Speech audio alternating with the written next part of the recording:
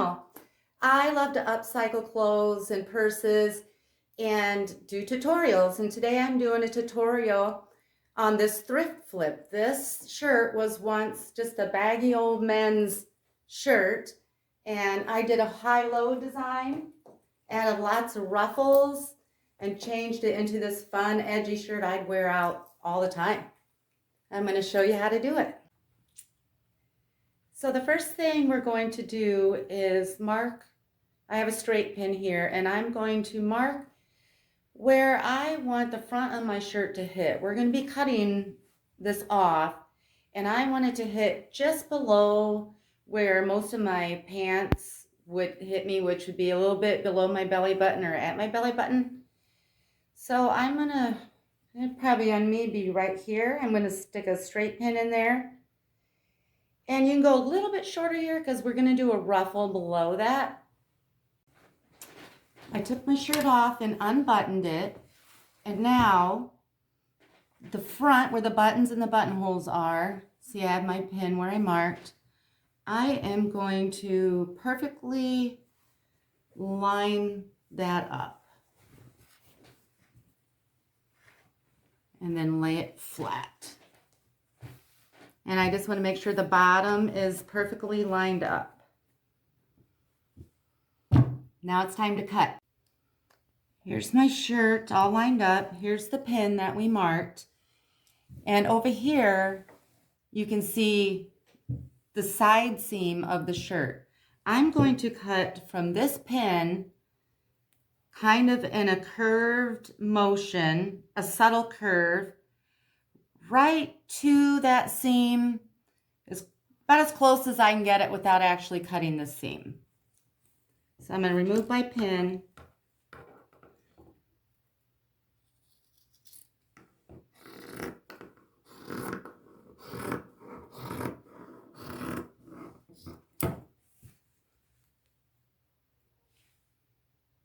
Now we have a shirt shaped like this. We have a high-low design basically. And we're going to put that aside for now, and I'm going to grab the sheets that we're going to use for the ruffles. I picked up a nice set of white cotton sheets at Goodwill, and these have polka dots at the top. I'm just going to cut those off, and then I'll show you how to make the ruffles. I want my ruffles to be about 1 inch, and I'm going to have several rows of them. And so I'm just going to go to my sheet, the top of my sheet, and what's wonderful about sheets is you don't have to do all the cutting. I'm just going to make a little knot about 1 inch over, and I'm just going to rip it. And I'm going to do that. I'm going to make a bunch of these, maybe 20 to start. Before you start sewing these, there are going to be strings.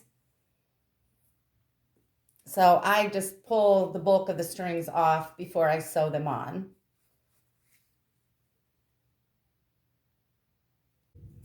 The first thing I'm going to do is, okay, here's the front of my shirt. I'm going to go to my machine and I'm going to put a ruffle all the way around the front and the bottom. So what I'll do is just start it right about here and back stitch, of course, when you start sewing. And then I'll just go along and sew, and I'll keep feeding this into the needle as I go. And that'll give me a ruffle. And I'll show you at the machine.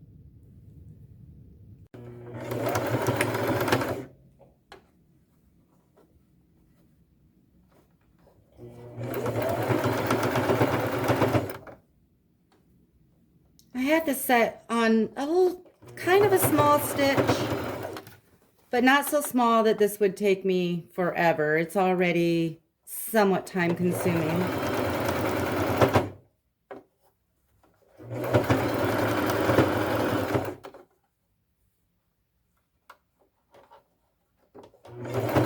So now we have this bottom ruffle sewn on all the way around.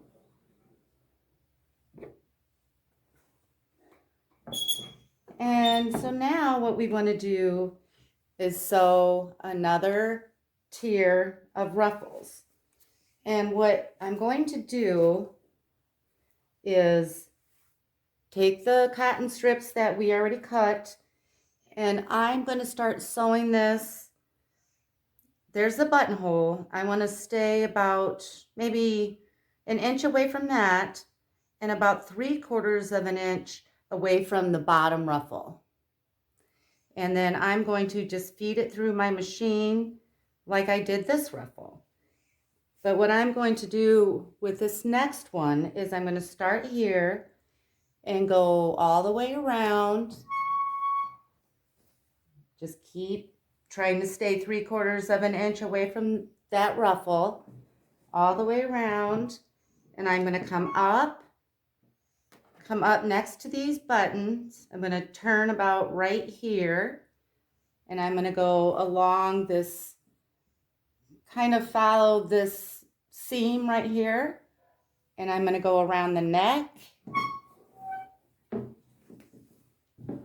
So I'm coming up here, I'm going around the neck and all the way back down next to these buttonholes, and I'm going to end right where I started. And I'll show you what that looks like. So now I have this row of ruffles sewn on. You can see I just went beside the buttonholes, not over them, of course, and next to the buttons. And then I went all the way around the back. Now we have like a double layer. And up, and I went behind the collar here. Now the next row, I'm going to do another row, and I'm going to start right here, about an inch away from this ruffle, but leaving about 3/4 of an inch of a space between the next row.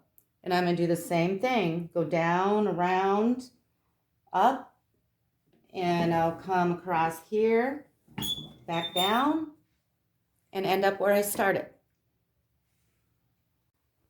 Now we have this row sewn on. It's really starting to take shape and look super cute, but I'm going to do one more row. See? And going to do the exact same thing. Start in the corner, about an inch away from here, about a 3/4 inch gap from this row. Isn't it cute?